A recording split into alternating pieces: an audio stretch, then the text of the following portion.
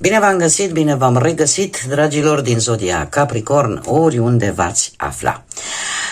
Uite că am ajuns și la ultima lună de toamnă, luna lui noiembrie, așa că azi voi face lectura generală pentru această lună, acestui an 2025, așa că toți cei care aveți soarele, luna, Venus sau poate ascendentul în Zodia Capricorn, această lectură este de asemenea și pentru voi.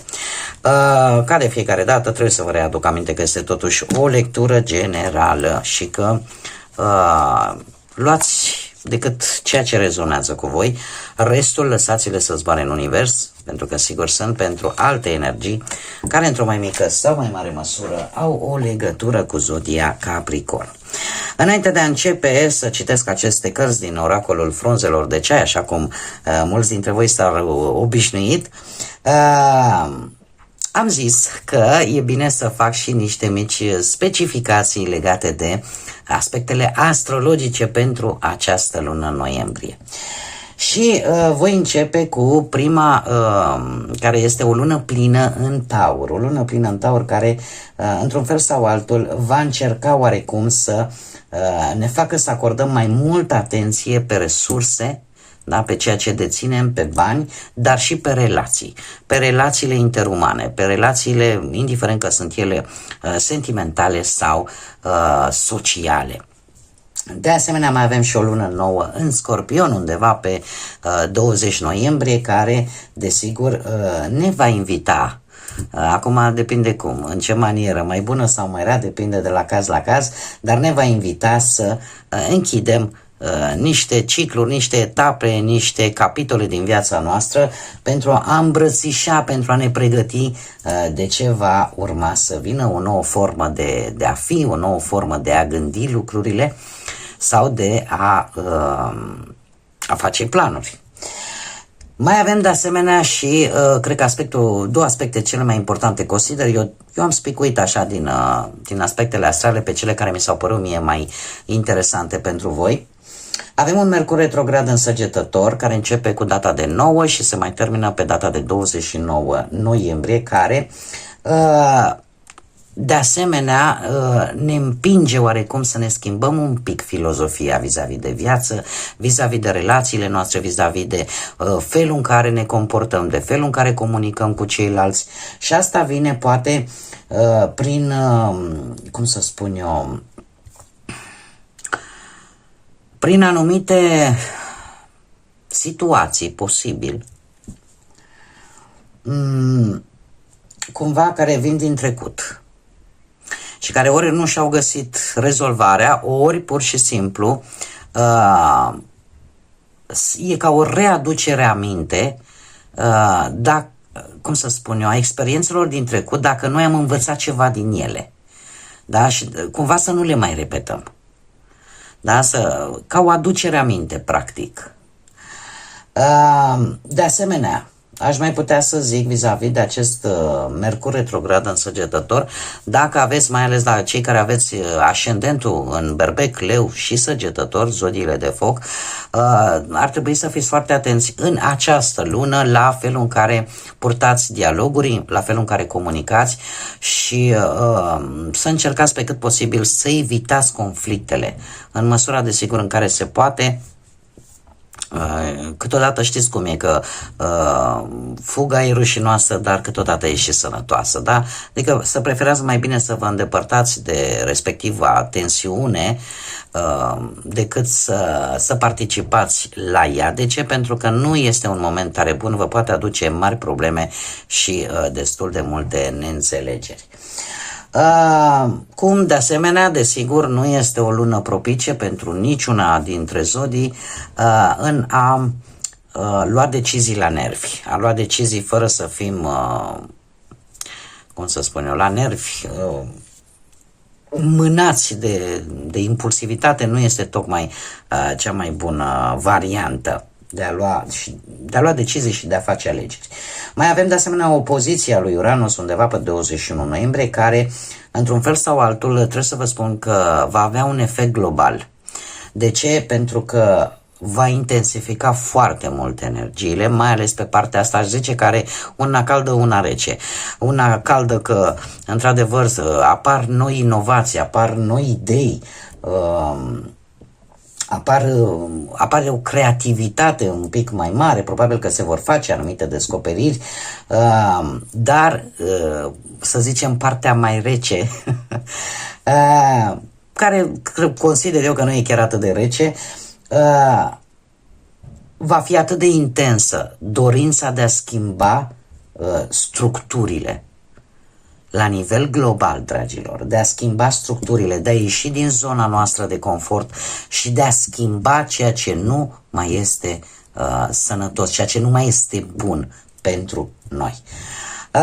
Ce am mai putea avea? Mai avem un Jupiter care intră în retrogradare cu 11 noiembrie și care va dura până în martie, undeva tot pe 11 anul viitor, care aduce foarte multă gândire profundă asupra, de asemenea se pune accentul pe trecut, pe istoriile din trecut, mai ales la nivel personal, și vine cu, de asemenea, cu această idee de a încerca oarecum să nu repeți ceea ce ai greșit în trecut. Tot Jupiter ăsta în retrograd, în rac, vine și încearcă oarecum să îți pună pe masă, să revizuiești anumite proiecte vechi, să vezi care dă rezultate, cu care mai insiști, cu care nu, și de asemenea ne îndeamnă pe toți, de fapt, să ajustăm, să perfecționăm proiectele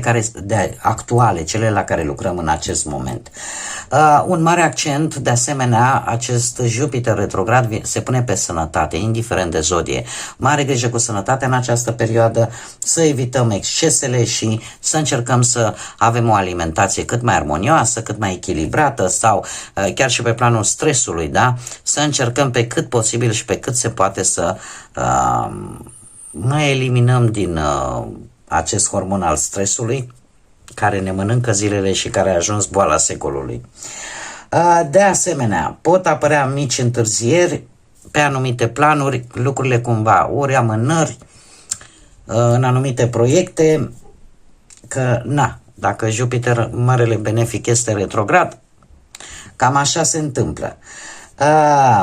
O atenție mai mărită vis-a-vis de familiile de unde provenim, sau de legăturile familiale cu cei apropiați și, desigur, o gândire mult mai profundă vis-a-vis de propriile voastre nevoi emoționale, mă refer.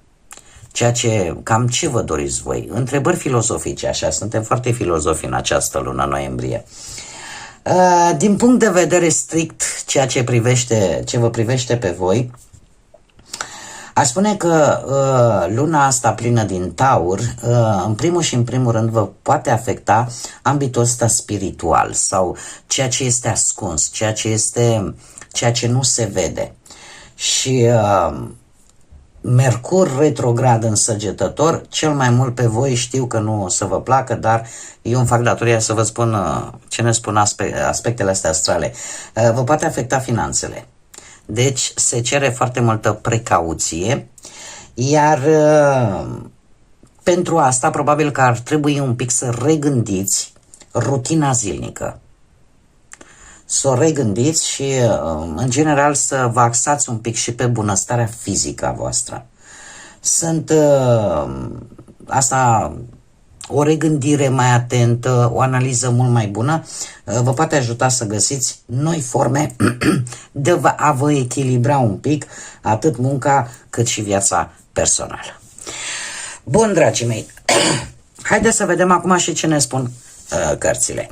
Prima săptămână întreagă, da, din noiembrie avem cortul cu o situație temporară. Acum ce va simboliza ea, că va fi bună, că va fi rea, va fi ceva temporar. Cea de-a doua săptămână vine cu pumnalul, care ne vorbește de o anumită frică, de o anumită temere, griji sau situații destul de tensionate. Pot avea legătură cu acest cort. Cea de-a treia săptămână avem buchetul. Puteți primi, cei care sunteți interesați, desigur, niște complimente frumoase, așa, niște gânduri frumoase din partea unui admirator, admiratoare. Dacă nu, putem vorbi de situația în care să fiți lăudați, poate la locul de muncă, să vi se aprecieze munca sau pur și simplu să primiți așa vorbe frumoase care să vă placă. Dar într-o conjunctură care este importantă, că de-aia ne-a ieșit aici. Cea de-a patra săptămână din noiembrie avem Măgărușul. Cineva se pare că este foarte încăpățânat și care nu vrea sub nicio formă ori să schimbe atitudinea, ori să se schimbe poate ca mod de a acționa sau să schimbe părerea, să schimbe ideea. Veți avea de-a face cu un personaj foarte încăpățânat. Haideți să vedem acum și care este energia generală cu care voi intrați, dragii mei, din Capricorn în această lună noiembrie. Care este energia, dragilor mei, din Capricorn în luna lui noiembrie? Energia voastră este o energie de pământ, 2 de pământ. Haideți să vedem. Se pare că sunteți hotărâți și nu mă miră că oricum voi sunteți muncitori. Tare rău. Energia voastră este aceea de a munci, nu contează cât de greu, dar, nu știu, parcă să vă înșirați în o grămadă de joburi. Probabil că, cel puțin în acest moment, posibil să faceți acest lucru, să încercați să rezolvați ori mai multe lucruri, ori să lucrați, să aveți mai multe joburi și lucrul ăsta, desigur, consumă energie. Se pare că sunteți într-o energie în care aveți nevoie un pic de echilibru între viața voastră, cariera voastră, dar și partea cealaltă în care trebuie să vă și bucurați de viață, da? Sunteți într-o energie în care încercați să jonglați așa cu mai multe priorități, sau cel puțin pentru voi simbolizează priorități. Încercați oarecum să, nu știu, ca bugetul să fie cât mai echilibrat posibil din punct de vedere mai ales financiar. Cam asta este energia cu care voi intrați în luna lui noiembrie. Acum haideți să vedem ce ne spune și tarotul. Ce vine pentru, dragii mei, uite că sunteți un pic așa blocați, de ce? Ce vine pentru, dragii mei, din Capricorn în luna lui noiembrie?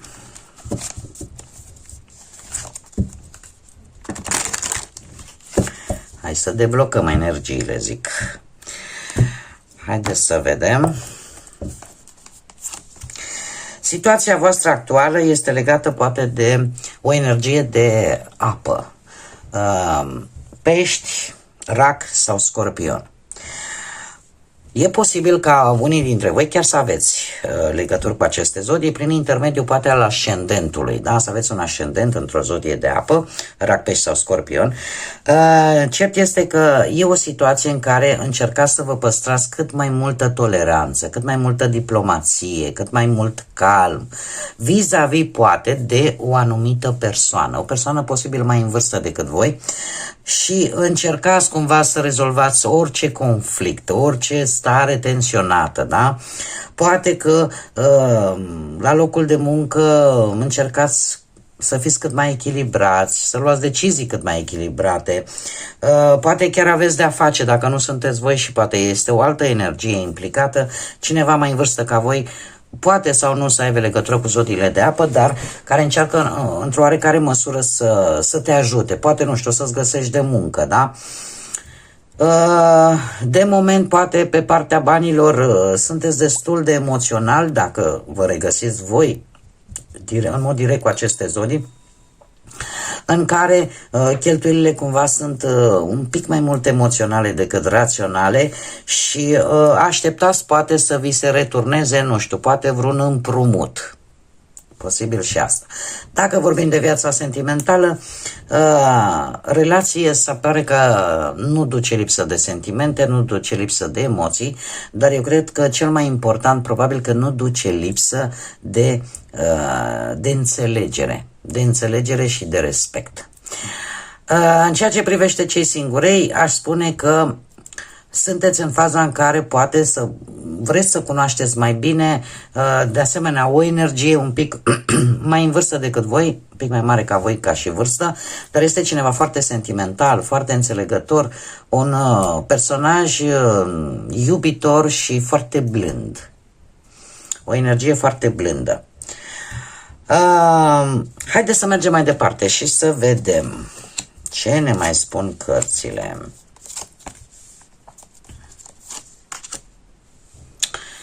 Haideți ca să se vadă. Bun, dragii mei, ce nu prea o să fie în favoarea voastră în luna lui noiembrie? Nu o să prea aveți ocazii de oferte de muncă foarte multe. Asta ar fi una. A doua, intuiția voastră nu este tocmai la capacitate maximă și eu aș spune că cel puțin începutul de noiembrie va fi unul în care prea mult potențial așa parcă nu prea aveți. Dar ce aș putea eu să vă spun, mai ales pe partea asta a muncii, nu vor apărea foarte multe oferte, ca să zic așa, de muncă. Și dacă cumva ați fi așteptat, nu știu, niște bănuți din vreo moștenire, de la vreun premiu, să vinde ceva, nu știu cât de mult se va împlini acest lucru. Da? E posibil să nu prea se dea în această lună. În schimb, ce este în favoarea voastră și avem un 8 de spade. Uite ce să vezi. E cartea pe care eu nu prea o sufăr, dar ce să fac? E aici și trebuie să existe și ea. Dragii mei, ce poate juca un rol paradoxal, favorabil, important, benefic pentru voi, este aceea că nu vă veți grăbi să luați decizii. Chiar dacă acest lucru de multe ori va bloca anumite situații. Probabil că luna lui noiembrie pentru voi va fi o lună în care veți aștepta. Nu vă veți grăbi cam pe niciun plan. Și așa cum am mai spus, paradoxal, o gândire mai mult decât precaută, de multe ori o negare, mai bine zis, o negare a unor lucruri e posibil să joace un rol pozitiv pentru voi. Nu știu, poate că dacă vorbim poate că nu o să fie nevoie, nu știu, să căutați noi resurse de bani. Sau să vă negați pur și simplu, nu știu, să luați un credit, să luați un împrumut, să-l negați pur și simplu. Și asta poate să joace, poate nu neapărat în această lună se vor vedea efectele pozitive ale acestor acțiuni. Poate se vor vedea în luna lui decembrie, cine știe. Cert este că negarea voastră vis-a-vis de anumite situații, vis-a-vis de relația voastră cu alte persoane va juca un rol pozitiv pentru voi. Și nu veți renunța. Eu aș spune că vă negați să renunțați la o anumită relație, chiar dacă e posibil ca această relație, cel puțin de moment, să înceapă să scârție un pic. Acum haideți să vă dau și un pic din casă. Chestia asta cu relațiilor să fie pusă la bătaie rău de tot și nu numai la voi, pentru toate zodiile. Îmi cer scuze pentru întrerupere, da? Deci, unde rămăsesem, vorbeam la ce este favorabil pentru voi și am mai spus, negarea de a renunța la o relație, chiar dacă ea poate de moment a început să scârție, da? Și asta posibil să fie o decizie bună, să fie ceva în favoarea voastră, sau pur și simplu ideea de pentru cei singuri, sau poate chiar și pentru cei în pereche, de a căuta în exterior ceva, pentru că la tine în relație deja ceva parcă nu mai scârție. Probabil că prefer să încerci să repari ceva în relația ta decât să cauți cumva o altă ieșire, o altă portiță. Cei singurei aș spune că sunteți conștienți că dacă aveți anumite lucruri de vindecat în interiorul vostru, atunci trebuie să începeți să lucrați de acolo. De acolo trebuie să începeți, decât să vă apucați să găsiți pe cineva și voi deja să veniți cu ceva din urmă care încă nu e vindecat, încă nu e pus la punct. Da? Acum, ce puteți voi controla? Dragilor, voi puteți controla, nu știu, am aici Zodia Vărsător, puteți controla ce vă dă vouă forță să mergeți înainte. Puteți să vă dați seama că încrederea în voi, dar la un nivel normal, echilibrat, vă face bine. Să nu vă pierdeți speranța, vă dă putere. Să mergeți înainte. E posibil ca puteți controla comunicarea voastră cu ceilalți și modul în care o faceți, în așa fel încât șanse bune să se îndrepte spre voi după posibil perioade destul de dificile. Puteți controla dacă vă reîntoarceți la credință, dacă vă reîntoarceți la acele valori cu care poate voi ați plecat în această lume. Depinde foarte mult de voi, poate o avansare, da, la locul de muncă. Depinde foarte mult de voi, de atitudinea pe care voi o aveți, o atitudine jovială, o atitudine optimistă vis-a-vis de un job foarte bun. De asemenea, tot de voi depinde dacă veți face o bună afacere. Da, cumva să aveți această atitudine magnetică în așa fel încât o afacere să vă iasă așa cum vă doriți voi. Cum de asemenea, ce mai depinde de voi? Relația voastră și timpul pe care îl petreceți în relația voastră. Cât de multe lucruri faceți pentru relația voastră, dar în mare parte e vorba de timp. Cum, de asemenea, ce ar mai putea să fie, ce mai puteți voi să controlați? Voi puteți să controlați mai ales cei singurei. Există șansa să cunoașteți pe cineva, dar voi știți exact dacă sunteți pregătiți sau dacă nu pentru această relație.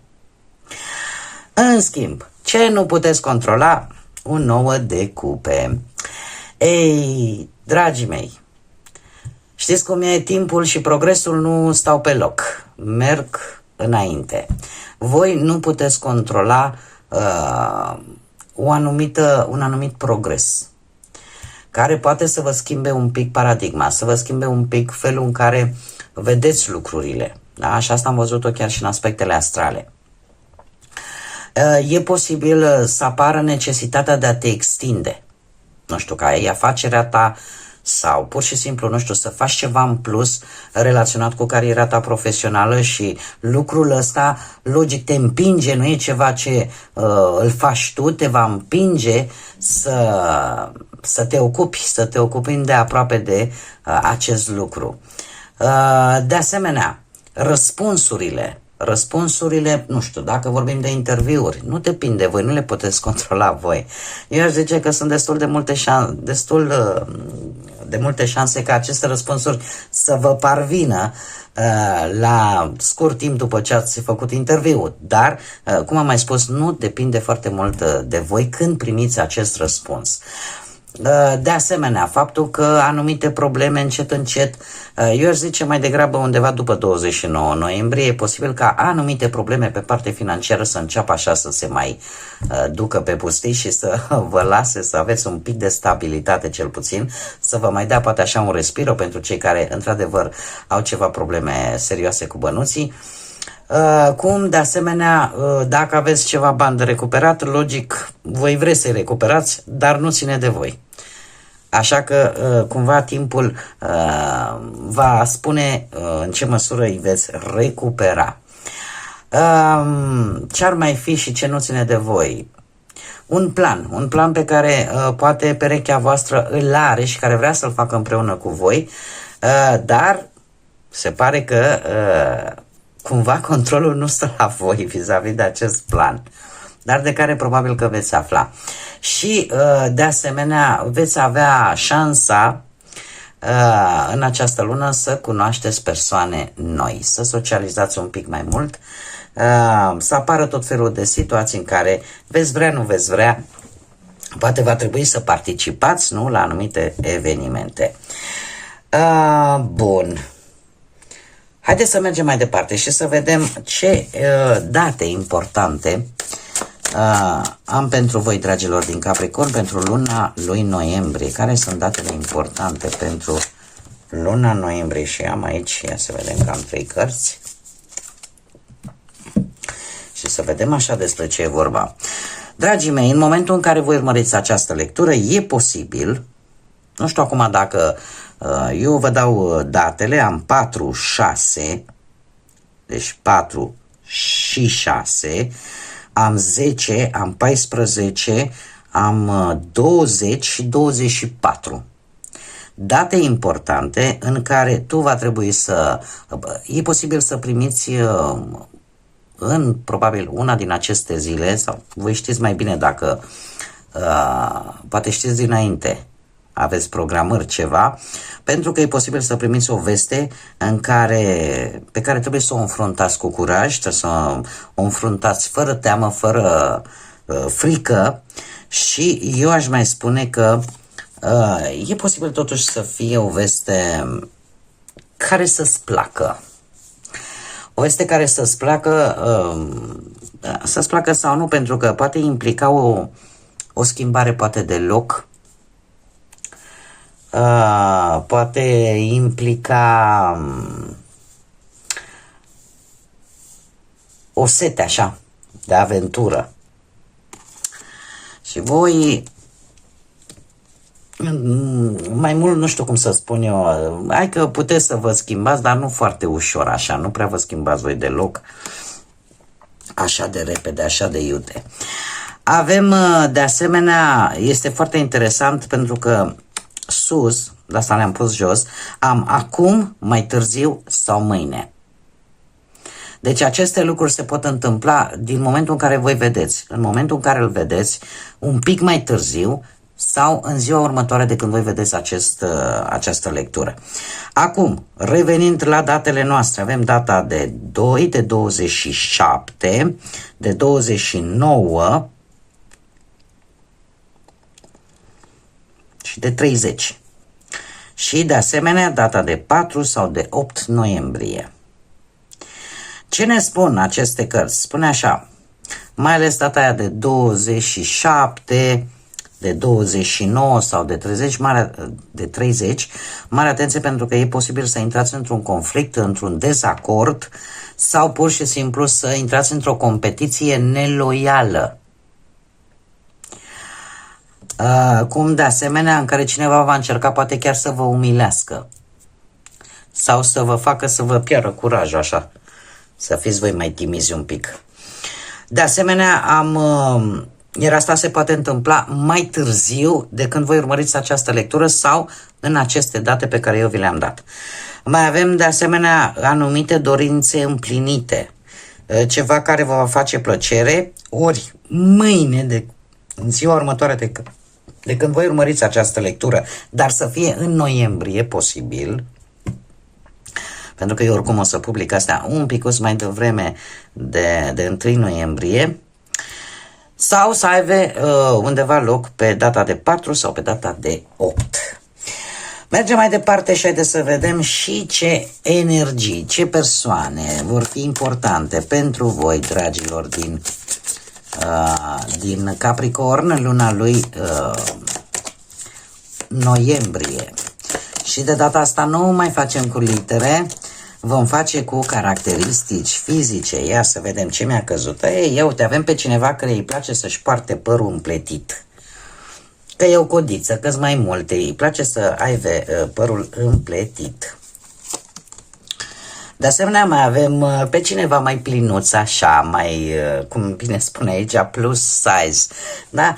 Mai plinuț, așa, mai gogoșică. Avem pe cineva care îi plac tatuajele și probabil că are pe corp tatuaje destul de elocvente, dar nu sunt foarte, foarte mici. Mai avem pe cineva care e mai înalt decât voi. Da, nu, e de aceeași înălțime cu voi. De asemenea, cineva care îi place să poarte foarte mult culoarea alb. Cineva, acum deja știți, vremurile care le trăim, nu ne referim strict la feminin, poate să fie și masculin. Deci avem cineva care îi place să-și facă buzele și în special cu culoarea roșie, care nu iese din casă până nu-și face buzițele.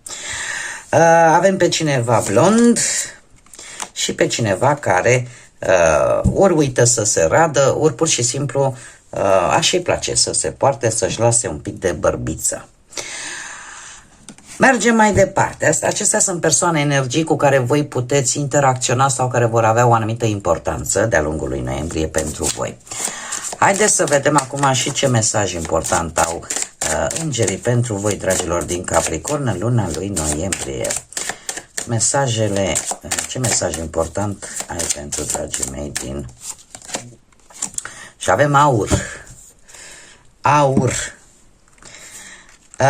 Dragii mei din Capricorn, se pare că o intervenție divină vă va trimite un milac, vai că vine tot în spaniolă, o minune, un miracol, ca răspuns la rugăciunile sincere pe care voi le-ați făcut, la manifestările pe care voi le-ați făcut către univers, către divinitate. Se pare că în această lună veți avea parte de o surpriză plăcută la care nici măcar nu v-ați fi așteptat. Așa că, dragilor, eu aș zice că nu e rău deloc. Eu oricum vă mulțumesc, cam atât am avut pentru voi la modul general pentru luna noiembrie. Noi oricum o să ne mai vedem săptămânal la lecturile săptămânale. Vă mulțumesc pentru atenție, vă mulțumesc pentru că sunteți aici lângă mine prin intermediul like-urilor, mesajelor voastre, distribuirilor, a faptului că vă abonați, iar asta mă face să vă mulțumesc infinit. De asemenea, invit pe toți cei care încă nu s-au abonat. Dacă v-a plăcut, dar trebuie să îndepliniți musai aceste condiții, dacă v-a plăcut, dacă ați rezonat și sunteți de acord cu felul în care eu fac aceste lecturi de tarot, de cărți, chiar vă invit să vă abonați. Este gratuit, puteți să activați clopoțelul, de asemenea este gratuit. Atunci când eu fac publicații noi, YouTube-ul vă trimite notificări vis-a-vis de ele și atunci sunteți la zi cu lecturile pe care eu le public. Dacă nu ați rezonat, dacă pur și simplu îmi găsiți temiri ce, că nu vă place vocea, că bat câmpii, că nu știu ce, am tot primit tot felul de mesaje de genul ăsta, e adevărat, nu foarte multe, dar sunt deranjante la un moment dat, vă rog eu, nu mai scrieți. Duceți-vă sănătoși, căutați pe alte canale unde știți că rezonați, nu trebuie să fim răi cu noi, nu trebuie să fim, fără să vă facă nimeni absolut nimic. Mi-a fost greu, vă spun sincer, și mi-este greu în continuare să înțeleg pe acei oameni care pur și simplu, dacă nu jignesc, dacă nu fac un gest urât, bă, parcă nu se simt bine. Deci, dragilor, pentru cei de genul acesta, eu vă doresc sănătate, vă doresc ce e mai bun pe lume, vă rog eu frumos, nu mai îmi scrieți. Nu vă place, schimbați canalul. Nu sunt nici unica, nici singura care face genul acesta de conținut. Și încheiând, că nu vreau să intrăm în noiembrie cu o energie proastă, eu, dragilor, vă urez un noiembrie de poveste, un noiembrie în care bucuria să fie la loc de cinste, multă sănătate, aveți grijă de sănătatea voastră și, desigur, tot binele din lume. Până data viitoare, când ne vom reîntâlni la o nouă lectură, multă energie pozitivă și, desigur, să fiți iubiți, dragii mei.